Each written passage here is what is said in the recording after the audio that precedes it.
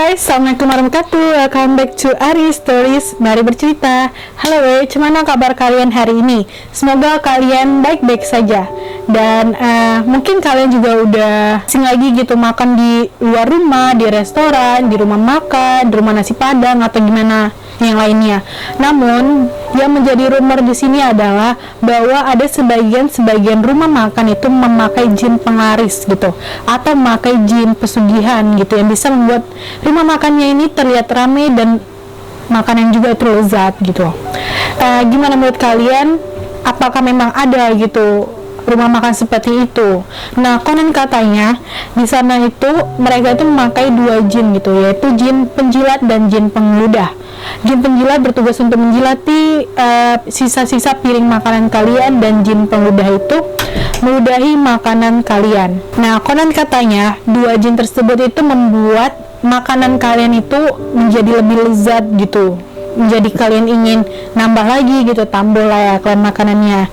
Nah, sementara jin-jin tersebut itu mempunyai aksi-aksinya sendiri dengan pemiliknya gitu.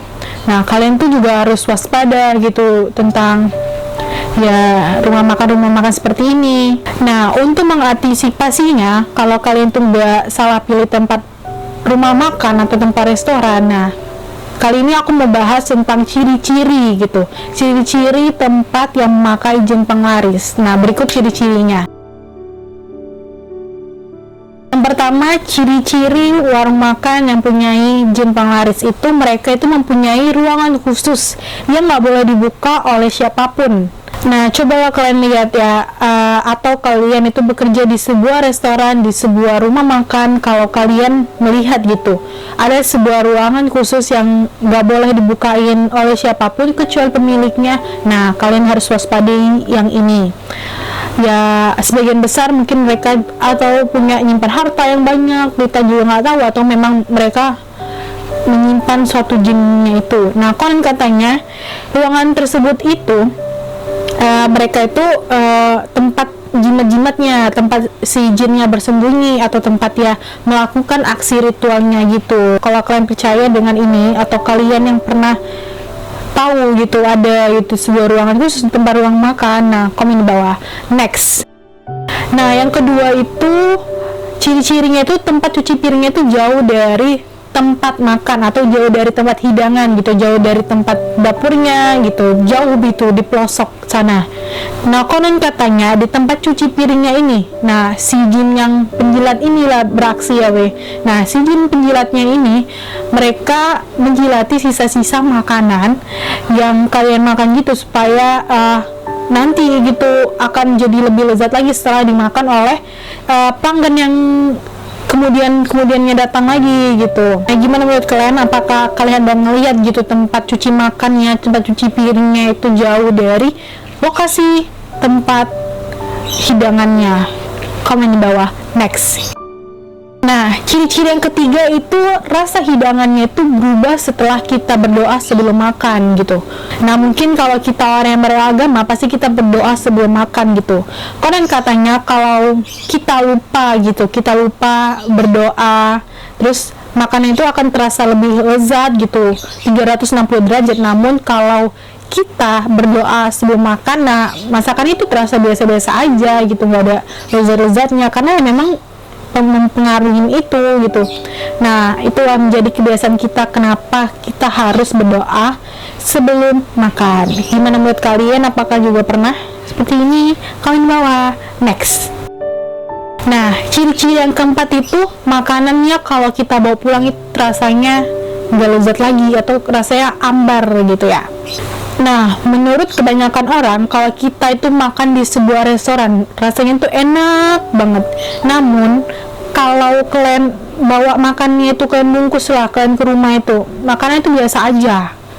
Siapa sih yang pernah begitu? Ya, aku juga pernah sih. Ada salah satu rumah makan gitu, enak banget sih, tapi kalau udah dibawa pulang, ya biasa-biasa aja, makanan kayak campur-campur aduk gitu. Gimana menurut kalian? Ya, makanya gitu di tempat rumah makannya itu ramai gitu, tapi kalau pas dibawa pulang, mohon maaf, makan gak enak. Apakah kalian juga pernah begini? Pasti sebagian orang juga pernah begini, rata-rata. Oke, next. Nah, ciri-ciri yang kelima itu terdapat buntelan putih kecil di setiap wadah makanan, atau di sendok kalian, di garpu kalian, atau di tempat yang memang ada khusus untuk naruh-naruh buntelan kecil gitu. Kalau aku sih belum pernah menemui buntelan-buntelan kecil putih gitu ya. Nah, kalau kalian menemukan buntelan kecil itu, lebih baiklah kalian waspada itu, atau kalian gak usah jadi makan lah di tempatnya dia itu ya, karena emang itu sebagai jampi-jampi untuk apa ya, untuk merasa lebih enak lagi gitu si jinnya yang buat itu ya. Nah, kalau kalian pernah jumpa itu, komen bawah. Next. Ciri-ciri yang terakhir itu merasa tidak betah berlama-lama di tempat makan tersebut. Nah, kalian tuh pasti merasa gitu terburu-buru mau pergi gitu dari rumah makan itu, walaupun makannya itu sangat enak gitu. Kalian tuh pengen cepet-cepet banget menghabisinya. Apalagi nih kalau kalian tuh bawa anak kecil, anak balita yang mereka tuh sensitif akan hal-hal tersebut gitu. Pasti mereka akan mengajak pulang, atau masih mengajak ya udah cepet-cepet aja gitu. Nah, gimana menurut kalian? Apakah makannya enak banget nih, pengen buru-buru makan, tapi kalian juga pengen buru-buru pergi gitu? Aku nggak tahu sih ini, ya nggak tahu juga sih, belum pernah gitu.